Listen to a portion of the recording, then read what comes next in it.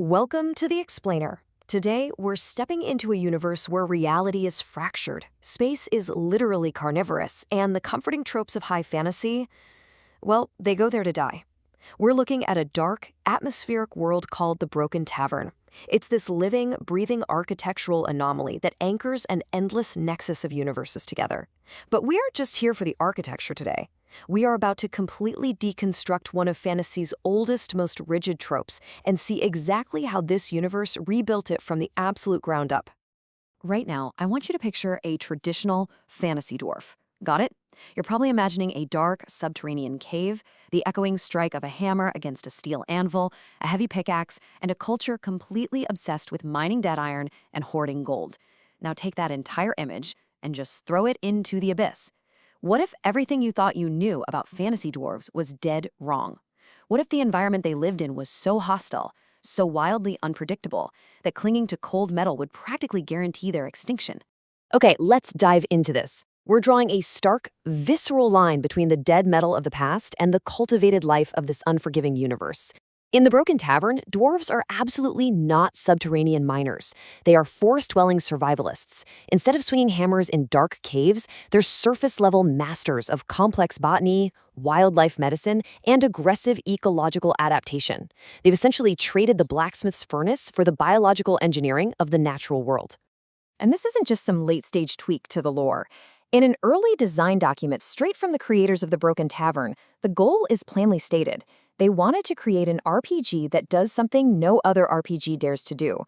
Dwarves in this game, for the very first time ever, will not be miners or blacksmiths. This was the foundational hook for the entire race. The creators deliberately stripped away the iron and the stone just to see what kind of survivor would emerge in their place. Section 1. Masters of the Living Forge. So if they aren't striking an anvil, what exactly are they doing? Let's ground ourselves in the official lore text. Page 13 of the Broken Tavern Codex details a brand new subclass called the Dwarven Wild Forgers. They operate through what's known as a living forge. Rather than shaping dead metal, they cultivate highly toxic, bioluminescent alien flora. They're actually taking the most dangerous, aggressive plant life from across the multiverse. Because remember, the tavern connects infinite overlapping dimensions, and they are turning that living matter into weapons. Now, what's really interesting about this is the visual representation of that concept. In the official concept art for a wild forger named Bram, you can see the striking dark fantasy, almost American manga aesthetic.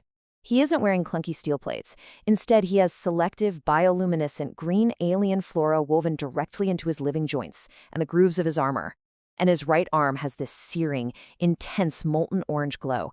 It's a cracked, liquid iron appendage. It's brutal, and it beautifully illustrates how they merge their physical bodies with violently adaptive elements.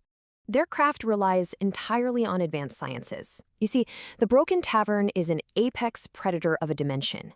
It experiences this terrifying phenomenon called the grinding, where floors and walls violently reconfigure, literally crushing anything caught inside. You just can't rely on static, manufactured gear to survive something like that. You need equipment that heals, that adapts, that actually breathes. So, to survive these anomalies, this brand new subclass has mastered all branches of medieval and magical sciences. It's a deep blend of biological engineering, ecological manipulation, and survival medicine. Let's walk through the gritty, visceral reality of their arsenal. Because they use a living forge, their weapons are quite literally alive.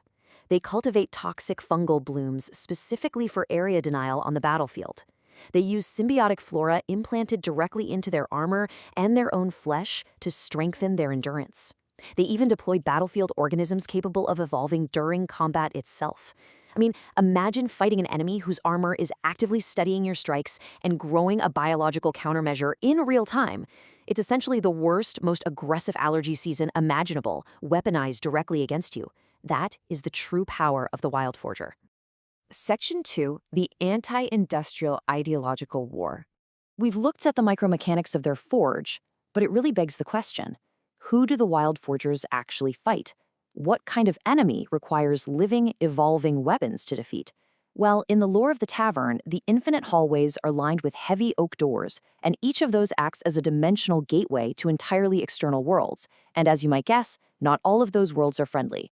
And this brilliantly illustrates the core ideological conflict represented in the source material. The text places the Wild Forgers in direct opposition to sprawling industrial and capitalist war machines that frequently bleed into the tavern from those external dimensions. The lore sets up a massive narrative clash. On one side, you have the living forge, rooted entirely in biological engineering and symbiotic strength. On the other side, you have the capitalist king's realm, which the sources describe as being focused purely on mass production, the manufacturing of cold steel, and exploitation. It's a multi-dimensional clash between cultivated nature and relentless industry. The philosophy of the Wild Forgers here is profound and unwavering. Where industrial factions manufacture cold steel through mass production, the Wild Forgers believe that true strength comes from cultivating life rather than consuming it. They view the mass production of dead iron as a fundamental weakness, a rigid system that's inevitably going to shatter when exposed to the chaotic living anomalies of the tavern. To them, creating a weapon is an act of nurturing life and applying scientific mastery. It is definitely not stamping out a husk on an assembly line. Section 3. Labor as sacred lice.